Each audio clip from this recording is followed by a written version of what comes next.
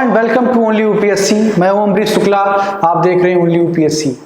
पिछले जियोग्राफी की क्लास में हमने चर्चा शुरू किया था स्ट्रक्चर ऑफ एटमॉस्फेयर पर, जिसके पहली क्लास में आपने पूरा अवलोकन समझा था जो पूरा स्ट्रक्चर होता है।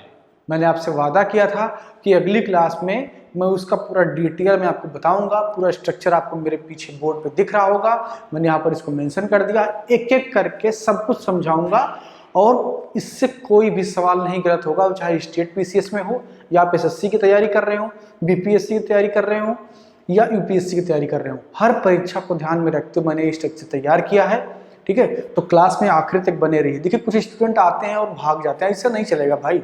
देखिए अगर आए हैं पढ़ने के लिए ना तो मन से पढ़ लीजिए, और अगर नहीं पढ़ना तो छोड़ के चले जाइए। काहे समय खराब कर रहे हैं, ठीक है। अगर मन से पढ़ाई नहीं करना तो चले जाइए छोड़ के। अगर मन से पढ़ाई करना, कुछ करने के लिए सोचे हैं तो कीजिए ना अच्छे से पढ़ाई, पूरा क्लास देखिए। और बस हम तो फीस भी कोई आपसे नहीं ले रहे हैं, एकदम मुफ्त में पढ़ा रहे हैं। फिर भी आते हैं चले जाते हैं, 2 मिनट देख लिया, 3 मिनट देख लिया, ऐसे काम नहीं चलेगा। देखिए ठीक है, कुछ प्रॉब्लम्स अभी हैं हमारे साथ, टेक्निकल प्रॉब्लम्स हैं। हम जल्दी कोशिश करेंगे कि स्मार्ट बोर्ड लगा दें आपके लिए, वो भी एकदम अपने जेब के खर्चे से लगा रहे हैं, ठीक है। तो लेकिन जब तक अभी हमारे पास स्मार्ट बोर्ड नहीं है, हम कोशिश कर रहे हैं कि आपको जो है जितना संभव हो सकता है उतनी अच्छी क्वालिटी में वीडियो दे रहे हैं, ठीक है। तो आइए देखते हैं वायुमंडल की संरचना, स्ट्रक्चर ऑफ एटमॉस्फेयर क्या होता है, ठीक है। ये हमने जो है पिछली क्लास में पढ़ लिया था, पूरा उसका जो ब्रीफ था उसको समझ लिया था। तो जो नहीं पढ़े हैं पिछला क्लास, वो इस वीडियो को यहीं पर रोक दें, जाए पहले उससे पहले वाला क्लास पढ़ें, तब ये समझ में आएगा। नहीं तो फिर कहेंगे कि गुरुजी आप पढ़ा के निकल गए और हमारे सर से भी निकल गया। तो गुरुजी के ऊपर दोष मत दीजिए, गुरुजी इससे पहले पढ़ा चुके हैं, ठीक है, क्लास आपने छोड़ा है। तो ये है पूरा वायुमंडल की संरचना। अब हम एक एक करके इनकी चर्चा करेंगे। तो सबसे पहले क्षोभ मंडल की हम चर्चा कर लेते हैं, ठीक है। क्षोभ मंडल को अंग्रेजी में ट्रोपोस्फेयर कहते हैं। क्या कहते हैं? ट्रोपोस्फेयर कहते हैं। अब इसमें टेम्परेचर की चर्चा करेंगे, किसकी? क्षोभ मंडल की। तो क्षोभ मंडल में क्या होता है कि ऊंचाई के साथ जो है टेम्परेचर घटता है। ऊंचाई के साथ टेम्परेचर क्या होता है? घटता है। और कितना घटता है? 1 डिग्री पर 165 मीटर। यानी कि जब आप 165 मीटर ऊपर जाते हैं क्षोभ मंडल में तो 1 डिग्री टेम्परेचर घट जाता है, ठीक है। ये क्षोभ मंडल में होता है। इसको बोलते हैं नॉर्मल लैप्स रेट, सामान्य ह्रास दर। अच्छा, ये काहे होता है? अब आप हर चीज का कोई ना कोई कारण होता है, ठीक है। तो ये क्यों होता है, इसको भी जरा आप दिमाग में सोचिए। आपको नहीं समझ में आएगा क्योंकि आपको रीजन नहीं पता है, ठीक है। हम बताते हैं कि काहे घटता है। देखिए घटने का रीजन ये है कि जो हमारा वायुमंडल है ना, ये उष्मा का अच्छा अवशोषक नहीं होता है, ठीक है। हम पृथ्वी को उष्मा, यानी कि हम लोगों को उष्मा किससे मिलती है?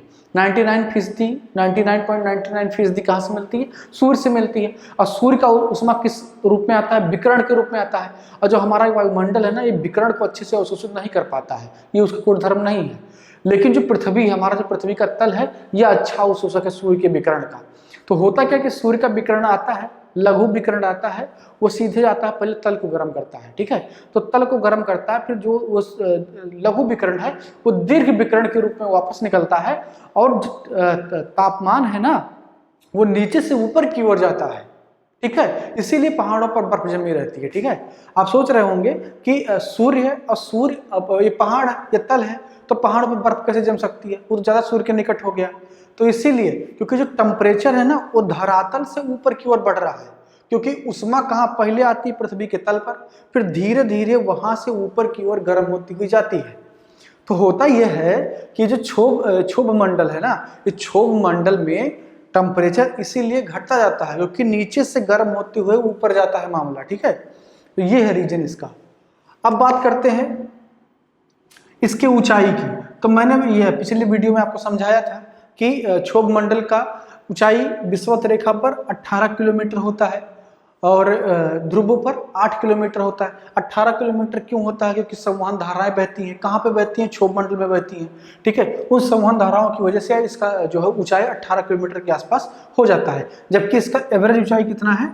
एवरेज ऊंचाई इसका कितना है? 13 किलोमीटर मात्र है, ठीक है। 13 किलोमीटर है। कहीं कहीं किताबों में 16 किलोमीटर भी लिखा मिलता है, लेकिन जो है कुछ ऑथेंटिक किताबों में 13 किलोमीटर लिखा हुआ है, तो इसी को आप मान के चलिए, ठीक है। अब अन्य महत्वपूर्ण घटनाएं जो कि क्षोभ मंडल में घटित होती है उसको देख लेते हैं। तो सभी मौसमी घटनाएं, मैंने आपको बताया था कि सभी मौसमी घटनाएं कहाँ घटित होती है, क्षोभ मंडल में घटित होती है। मौसमी घटनाएं जैसे कि बादल, वर्षा, ठीक है, जलवाष्प यानी कि वाटर वेपर, धूल के कण जो धूल उड़ते हैं वो सब कहाँ होते हैं, क्षोभ मंडल में होते हैं, और बिजली का चमकना, ये सारी मौसमी घटनाएं हैं और कहाँ पर होती है, क्षोभ मंडल में होती है, ठीक है। उसके बाद में जो दूसरा है संवहन धाराएं, संवहन धाराएं जो है वो क्षोभ मंडल में होती है। संवहन धाराएं क्या होती है, मैंने आपको समझाया था। संवहन धारा का मतलब कि जब कोई वायु गर्म होकर ऊपर उठती है तो उसको संवहन धारा कहा जाता है, ठीक है, संवहन धारा का। तो संवहन धारा केवल क्षोभ मंडल में होती है और विषुवत रेखा के पास होती है, ठीक है, क्योंकि वहां पर टेम्परेचर ज्यादा होता है और वायु गर्म होकर के ऊपर उठ जाती है। यही रीजन है इसके ऊंचाई का यहाँ पर ज्यादा होना, ठीक है। सबसे निचली परत है क्षोभ मंडल, आपकी क्या है, सबसे निचली परत, यानी कि पृथ्वी के तल से आप थोड़ा सा ऊपर उठते हैं तो आप क्षोभ मंडल में आ जाते हैं, ठीक है।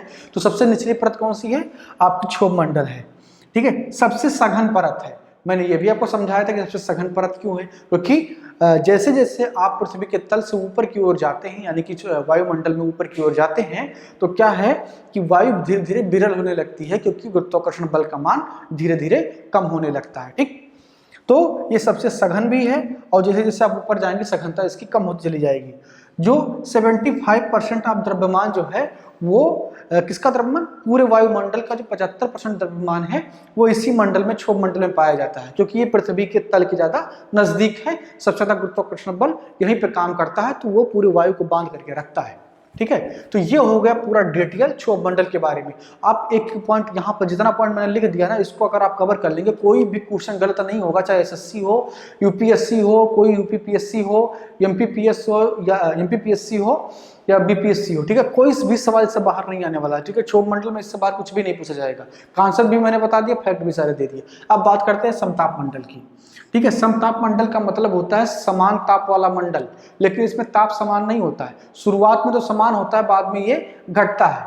और यहाँ पर जैसा कि मैंने लिख दिया है कि ऊंचाई के साथ पहले सामान्य रहता है फिर घटता है, ठीक है। तो ऊंचाई के साथ पहले क्या है, सामान्य रहता है, इसलिए इसको समान ताप मंडल कहा जाता है, यानी कि समताप मंडल कहा जाता है।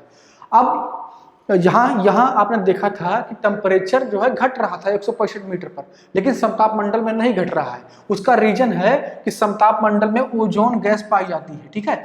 ओजोन लेयर जो है वो कहाँ पाई जाती है, समताप मंडल में ही पाई जाती है। तो वो ओजोन गैस का लक्षण ये होता है कि वो सूर्य से आने वाली लघु तरंगदैर्घ्य की जो अल्ट्रावायलेट वेव हैं, जो पराबैंगनी किरणें हैं, उनको अवशोषित कर लेती है। तो उससे क्या है कि ऊष्मा उसको बहुत ज्यादा मिल जाता है, और उसी की वजह से समताप मंडल में जो है 20 से 25 किलोमीटर तक क्या है, टेम्परेचर मेंटेन रहता है, घटता नहीं है। उसके बाद में फिर से वो घटने लगता है, ठीक है। अब ऊंचाई की बात करते हैं। जो समताप मंडल है वो कहाँ 50 किलोमीटर तक है, ठीक है। समताप मंडल कहाँ तक 50 किलोमीटर तक है, ऊंचा है, ठीक है। महत्वपूर्ण बात जो समताप मंडल में है वो है आपका कि ओजोन गैस इसमें पाई जाती है, ठीक है। इसको कहीं कहीं पर ओजोन मंडल भी लिखा मिलता है, तो कंफ्यूज मत कीजिएगा। ओजोन मंडल कोई अलग से मंडल नहीं है, समताप मंडल के अंदर ही पाया जाता है ओजोन का परत, ठीक है। ये 20 से 25 किलोमीटर के बीच में पाया जाता है, ठीक है।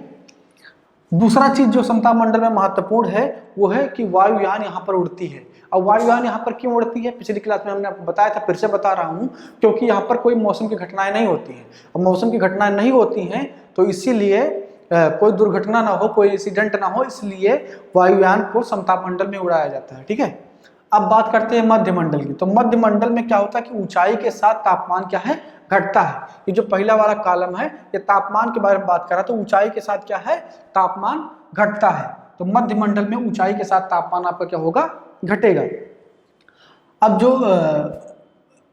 ये हो गया तापमान, उसके बाद में ये ऊंचाई वाला है। हाँ, ये देखिए ऐसा है कि मध्य मंडल का जो मैक्सिमम ऊंचाई की जो बात होती है ना, कई किताबों में ये लिखा हुआ है कि 90 किलोमीटर के आसपास है, अधिकतर किताबों में 80 लिखा हुआ, मैंने दोनों लिख दिया है, ठीक है, कि आप कंफ्यूज ना करें। देखिए जब कोई अच्छी संस्था आपसे पेपर करवाएगी तो वो सही डेटा लिखेगी, ठीक है, कोई इसमें दिक्कत वाली बात नहीं है। तो इसीलिए मैंने दोनों को मेंशन कर दिया। तो 50 किलोमीटर से लेकर के 80 किलोमीटर तक क्या है आपका मध्यमंडल है। कहीं कहीं पर 90 किलोमीटर लिखा हो तो मैंने ऑब्लिक में उसको भी लिख दिया है, ठीक है। तो 50 से लेकर के 80 या 90 किलोमीटर तक आपका क्या है, मध्यमंडल है। मध्यमंडल के बारे में कोई महत्वपूर्ण बात नहीं पूछी जाती है, इसलिए मैंने यहाँ पर इसको स्किप कर दिया। देखो हमको समय भी बचाना है और स्मार्ट तरीके से पढ़ाई करना है। देखिए ऐसा है, किसी भी परीक्षा को क्लियर करने के लिए दो चीज बहुत महत्वपूर्ण है। एक है कि आपका मेहनत, आपको खूब मेहनत करनी चाहिए। अगर मेहनत नहीं करिएगा तो सफल नहीं हो पाएंगे आप। लेकिन दूसरा चीज यह है कि आपका दीवार में मेहनत लगाने से दीवार थोड़ी गिर जाती है, ठीक है। तो दीवार गिराने के लिए कोई व्यवस्था करना पड़ता है कि कहाँ से आपको कैंची मारना है, कहाँ से हथौड़ा मारना, दीवार टूटेगा। तो इसलिए स्ट्रेटजी भी अच्छी होनी चाहिए। अगर आप दीवार पे हथौड़ा बीच में मारते रहेंगे दीवार नहीं टूटेगा। तो अगर दीवार को तोड़ना तो कोई उसका जुगाड़ होगा, कोई तरीका होगा। तो मेहनत तो करना है, लेकिन मेहनत आपका सार्थक हो, सही दिशा में हो। इसके लिए क्या करना है कि आपका स्ट्रेटजी भी अच्छा होना चाहिए, तभी आप सफल होंगे। बहुत सारे विद्यार्थी सुबह से लेकर के शाम तक पढ़ाई करते रहते हैं, लेकिन कुछ चीजें समझ में नहीं आती हैं। इसका वजह यह है क्योंकि उनको पता ही नहीं होता कि करना क्या है। तो एग्जाम में आपको क्या पूछा जा रहा है, आपका सिलेबस क्या है, ये बहुत क्रिस्टल क्लियर होना चाहिए शुरुआत में। इसीलिए हमने क्लास की शुरुआत में इसकी चर्चा कर ली थी कि हमारा सिलेबस क्या है। जैसे मान लीजिए कि आपको अखबार पढ़ रहे हैं या कहीं पर कुछ भी नहीं पढ़ रहे हैं, ऐसे ही कहीं पर बैठे हुए हैं, सामने कोई चीज आपको दिख गई, तो आपको आपका सिलेबस अगर पता होगा तो आप उसको कनेक्ट कर पाएंगे कि अच्छा ये मेरे सिलेबस का पार्ट है, और आप वहां से उसको दिमाग लगाएंगे तो आपका बहुत सारा ज्ञान हो जाएगा। लेकिन अगर आपका सिलेबस ही आपको पता नहीं है, आपके एग्जाम में क्वेश्चन कैसा आता है वो भी आपको पता नहीं है, तो आप क्या करेंगे, केवल एक किताबी कीड़ा बन के रह जाएंगे और उसका प्रतिफल आपको नहीं मिलेगा। तो अगर यहाँ जुड़े हैं तो आपको दिमाग भी लगाना है, स्ट्रेटजी भी अच्छी बनानी है, मेहनत भी करना है। ये सारी चीजें मिला करके आपको सफल बनाएंगे, ठीक है। तो मध्यमंडल के बारे में कोई महत्वपूर्ण बात नहीं थी, इसलिए मैंने इसको स्किप कर दिया है। आयन मंडल यानी कि आयनोस्फीयर, ठीक है। एक चीज मैं आपको पहले भी क्लास में बताया था, अभी बता रहा हूँ, इन सारे मंडलों का नाम इंग्लिश में मैंने इसीलिए लिख दिया क्योंकि ये पूछे जाते हैं। कई बार होता क्या है कि इनका नाम हिंदी में नहीं लिखते हैं, तो हिंदी के विद्यार्थी, मैं उनको ज़्यादा प्रेशर देके कह रहा हूँ, हिंदी के जो स्टूडेंट हैं वो इसका नाम इंग्लिश में एक बार जरूर याद कर लें, ठीक है। क्योंकि गड़बड़ होता है, कई बार उनको पता होता है कि सबसे निचली पर क्षोभ मंडल है, लेकिन उनको ये नहीं पता तो उसको ट्रोपोस्फीयर बोलते हैं और गड़बड़ करके चले आते हैं, ठीक है। तो इंग्लिश में इसका नाम याद रखिएगा। तो आयन मंडल की बात करते हैं। आयन मंडल में क्या है कि तापमान बदलता रहता है। एग्जैक्टली कहीं पर कुछ लिखा हुआ आपको नहीं मिलेगा कि घटता है कि बढ़ता है, लेकिन होता क्या है कि यहाँ पर आयन मंडल जो है इसमें विद्युत आवेशित कण पाए जाते हैं। तो विद्युत आवेशित कण की वजह से तापमान बढ़ता भी है, ठीक है। तो ऊंचाई पर जाने पर बढ़ जाएगा, तो जहां पर आवेश होगा वहां पर बढ़ेगा, ठीक है। इसके बारे में एग्जैक्टली आपको वहां पर लिखा नहीं मिलेगा कि घटेगा कि बढ़ेगा, ठीक है, लेकिन बदलता जरूर है। तो इसलिए मैंने यहाँ पर इसको मेंशन कर दिया। इसका जो ऊंचाई है वो 80 से 90, यानी कि जो भी आप सही माने उससे लेकर के 400 किलोमीटर तक होता है, ठीक है। यानी कि आप 80 किलोमीटर से 400 किलोमीटर के बीच में जब जाते हैं तो वो जो पूरा मंडल है वायुमंडल का, उसको हम कहते हैं आयन मंडल, ठीक है। इससे संबंधित जो महत्वपूर्ण बातें हैं वो पहला है कि विद्युत आवेशित कण पाए जाते हैं। आयन मंडल में विद्युत आवेशित कण पाए जाते हैं, ठीक है। और जो रेडियो तरंग है वो इसी मंडल में संचारित होती है, इसी मंडल में संचारित होती है। अच्छा, रेडियो वेव क्या होता है? जैसे कि आप अपना बाजा ओपन किए और उसमें गाना आने लगता है, रिमझिम गिरे सावन, तो रिमझिम गिरे सावन गाना कहीं पर रिकॉर्ड हुआ है, लेकिन वो रेडियो के द्वारा आपके पास आया, ठीक है। तो वो होता क्या है कि रेडियो की जो रेडियो से वो वेव निकलता है और वो आयन मंडल में जाता है, और आयन मंडल से क्या होता है वापस होकर के फिर से आपके रेडियो के पास पहुंच जाता है। देखिए रेडियो स्टेशन होते हैं, रेडियो स्टेशन पे क्या हुआ कि कोई गाना बजाया गया, अब वो गाना जब वहां से बज गया तो वो फ्रीक्वेंसी के द्वारा क्या हुआ आयन मंडल तक जाता है, और वहां से फिर वापस होकर के आपके रेडियो पर वो आपके वहां पर रिसीवर लगा होता है, उससे वो रिसीव हो जाता है। तो वो जो रेडियो के तरंग संचरण का काम जो है कहाँ पर होता है, आयन मंडल में होता है। ये जो है सवाल कई बार पीसीएस की परीक्षाओं में पूछा गया, ठीक है। जब पीसीएस की तैयारी कर रहे हैं वो इसको बिल्कुल नोट कर लेंगे, इंपॉर्टेंट कह के नोट कर लेंगे, ठीक है। अब जो तीसरी जो महत्वपूर्ण बात है आयन मंडल में वो ये है कि यहाँ पर ध्रुव ज्योति पाई जाती है। ध्रुव ज्योति क्या होता है? ध्रुव ज्योति एक प्रकार का उजाला होता है। आयन मंडल में जैसा कि आपने देखा पहला बात लिखा हुआ कि विद्युत आवेशित कण पाए जाते हैं। तो विद्युत आवेशित कण की वजह से क्या होता है कि यहाँ पर विद्युत विसर्जन होता है, और विद्युत विसर्जन की वजह से उजाला होता है। तो वो उजाला ही जो है क्या है, ध्रुव ज्योति है। और ये ध्रुव ज्योति कहाँ पाई जाती है? नॉर्थ और साउथ पोल पर। तो आयन मंडल में नॉर्थ और साउथ पोल पर ध्रुव ज्योति पाई जाती है, ठीक है। इक्वेटर पर बिल्कुल नहीं पाई जाती, आप इसका ध्यान रखेंगे, ठीक है। हो सकता है कई बार आपको स्टेटमेंट में जैसे क्वेश्चन फंसाया जाता है इस तरीके से फंसाया जाए, तो आप ध्यान रखेंगे कि इसको ध्रुव ज्योति इसीलिए कहा जाता है क्योंकि ध्रुवों पर ही पाई जाती है, ठीक है। अब बात करते हैं वायुमंडल की। वायुमंडल ऊंचाई के साथ में तापमान क्या है इसमें बढ़ता है, ठीक है। ये पहला वाला कॉलम क्या है, तापमान का है। तो तापमान वायुमंडल में क्या है, ऊंचाई के साथ बढ़ता है। उसके बाद में जो इसका ऊंचाई है, यानी कि वायुमंडल की जो ऊंचाई है वो 400 किलोमीटर से ऊपर जब आप जाते हैं, यहाँ पर किलोमीटर मैंने नहीं लिखा, इसको लिख देता हूँ। 400 किलोमीटर से ऊपर जब आप जाते हैं तो वायुमंडल होता है, और वो वायुमंडल फिर अंतरिक्ष में मिल जाता है, ठीक है। अब इसमें जो महत्वपूर्ण बातें हैं वो ये हैं कि इसमें हाइड्रोजन और हीलियम गैसें पाई जाती हैं। जो आपका वायुमंडल है उसमें हाइड्रोजन और हीलियम गैसें पाई जाती है, ठीक है। और जो दूसरी महत्वपूर्ण चीज है वो ये है कि यहाँ पर वायु जो है वो विरल हो जाती है। अब विरल होगी ही क्योंकि आप जानते हैं कि जो वायुमंडल है वो पृथ्वी के साथ गुरुत्वाकर्षण बल के कारण जुड़ा हुआ है। अब जैसे जैसे आप ऊपर जाते हैं गुरुत्वाकर्षण बल कम होता जाता है, तो धीरे धीरे वायु क्या है, विरल होती ऊपर चली जाती है। अब वायुमंडल आते आते बहुत विरल हो जाती है और उसके बाद में वो अंतरिक्ष में विलीन हो जाती है। तो ये है पूरा वायुमंडल का स्ट्रक्चर। इससे पहले वाली क्लास में हमने उसका पूरा जो परिचय पढ़ा था, पूरी उसका अवलोकन किया था। इसमें जो उससे महत्वपूर्ण संबंधित तथ्य थे उसको भी हमने यहाँ पर लिख दिया, मेंशन कर दिया। देखिए, इसका आप नोट्स बना लीजिए। इसी तरीके से आप अपने कॉपी में चार्ट बना लीजिए, कभी नहीं भूलेंगे। और यकीन माने कि हर परीक्षा में 1 से 2 सवाल आता है, बहुत महत्वपूर्ण टॉपिक है।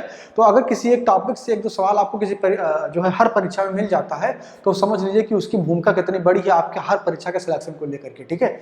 वो चाहे आप एनटीपीसी की, रेलवे की तैयारी कर रहे होंगे तो वहां पर भी इससे सवाल आते हैं, ठीक है। तो ऐसा कीजिए कि इसको नोट कर लीजिए और नोट्स बना लीजिए, ठीक है। तो ये हो गया आपका पूरा वायुमंडल का स्ट्रक्चर, ठीक है। अगली क्लास में हम पढ़ेंगे सूर्यातप क्या होता है, ठीक है, उष्मा बजट क्या होता है, सूर्य की किरणें किस प्रकार पृथ्वी पर आती हैं और किस प्रकार उसको गर्म करती हैं, उसको प्रभावित करने वाले कारक क्या हैं, इस पर हम चर्चा करेंगे। बहुत महत्वपूर्ण होने वाला है, खासकर यूपीएससी के दृष्टिकोण से। तो जो लोग यूपीएससी, खासकर यूपीएससी और यूपीपीएससी की तैयारी कर रहे हैं या अन्य स्टेट पीसीएस की तैयारी कर रहे हैं, उनके लिए बहुत महत्वपूर्ण होने वाला है। तो अगली क्लास बिल्कुल मत मिस कीजिएगा, ठीक है। और बाकी गुरु दक्षिणा के रूप में फिर जो है हम आपको फ्री दे रहे हैं, तो फीस के रूप में आप लाइक कर सकते हैं। लाइक करने से होता क्या है कि वीडियो ट्रेंडिंग में जाता है, और जब ट्रेंडिंग में जाता है तो अन्य बहुत सारे विद्यार्थियों का फायदा हो जाता है जो संसाधन के अभाव में पढ़ाई नहीं कर पाते हैं। और बाकी अगर आपको समझ में नहीं आया है तो कमेंट बॉक्स में जाइए, कमेंट कर दीजिए, आपके सवालों का जवाब हम देंगे। हम हफ्ते में 1 बार लाइव भी आते हैं आपके सवालों के जवाब देने के लिए। बाकी वीडियो के माध्यम से अगर जरूरी होगा तो उसको भी हम आपको दे देंगे, ठीक है। तो ये हो गया पूरा स्ट्रक्चर, और अगली क्लास में मिलते हैं जहां पर आपको मैं सूर्यातप पढ़ाऊंगा। तब तक अपना ख्याल रखिए और अगली क्लास का इंतजार कीजिए। धन्यवाद।